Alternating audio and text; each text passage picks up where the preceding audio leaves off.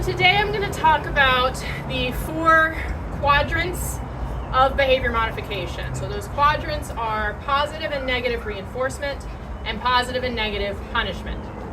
I'm going to talk about what each of those quadrants mean and how you would implement them in a training scenario to build a behavior that you want from your dog. So when you're talking about the 4 quadrants, you want to break them down into 2 different sections. So you have positive, which is the addition of something, and negative, which is the removal of something. And then you have reinforcement, which is going to increase the likelihood of that behavior. And you have punishment, which will decrease the likelihood of that behavior. So when you think about positive reinforcement, that is the addition of an item or activity that will make the behavior more likely to occur in the future. For example, if I call Ori's name, Ori, yep, and then I'm going to deliver a positive reinforcement of a cookie, which adds a reward, and she will be more likely to respond to her name in the future because she knows that it will deliver a positive reinforcement when she does that. A negative reinforcement is the removal of something. So if Ori decides to pull onto her leash and create tension, Ori, and then she responds to her name, she then releases that tension, which is the removal of something, that will increase the likelihood of that behavior occurring again. That's a good girl. I can also follow it up with the positive reinforcement of a snack. So you can stack these different quadrants together to really drive home the lesson you intend to teach your dog. The removal of tension is always desirable for a dog, and the addition of a cookie is of course desirable for my foodborne Ori. Now let's talk about punishment.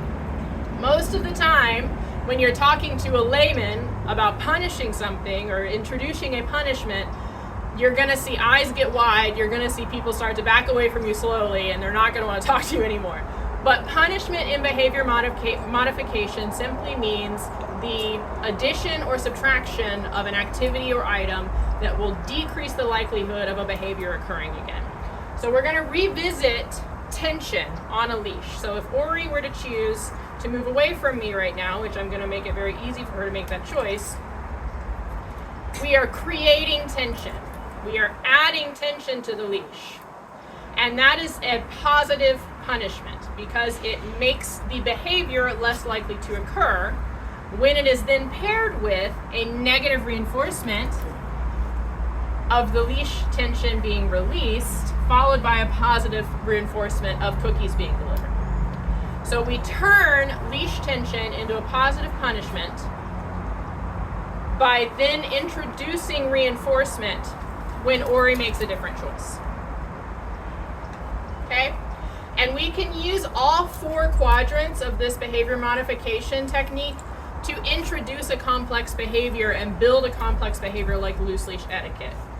So if I ask Ori to move with me and she chooses to do that, Ori, yep, I can deliver positive reinforcement for that loose leash movement. That's a positive reinforcement that is going to make her more likely to move with me in the future.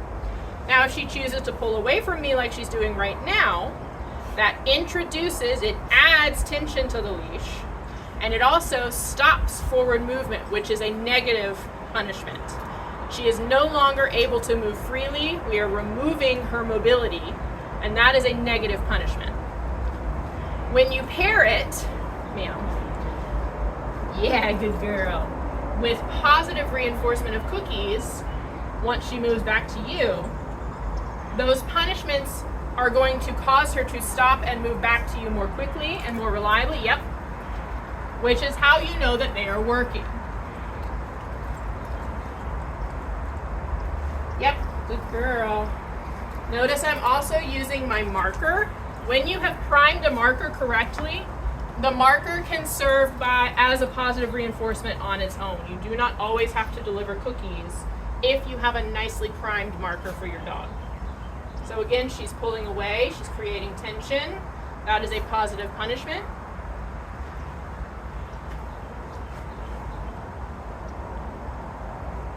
Yep, Yeah, good girl. And then she released tension. That's a negative reinforcement. Yep. And I introduce a positive reinforcement once she gets to me of having cookies ready for her. Okay? So in this scenario, we have used all 4 quadrants of our behavior modification language here to build a nice loose leash movement between me and Ori. Keep in mind that it is up to the dog what serves as reinforcement and what serves as punishment. Some dogs have learned that tension on a leash is good because their owners have allowed them to pull them in whatever direction they want. So a dog might choose to create tension on the leash because it has become a positive reinforcement for movement forward. They know when they create tension, they go where they want to go, and the owner is just along for the ride.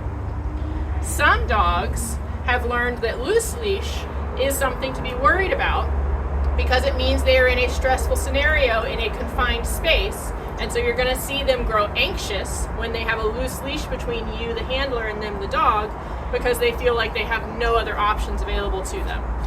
So in those cases, it is up to you as the handler to identify whether or not this introduction of tension is reinforcing the scenario or punishing the scenario, and adjust your approach accordingly. Good girl. Oh, you missed it.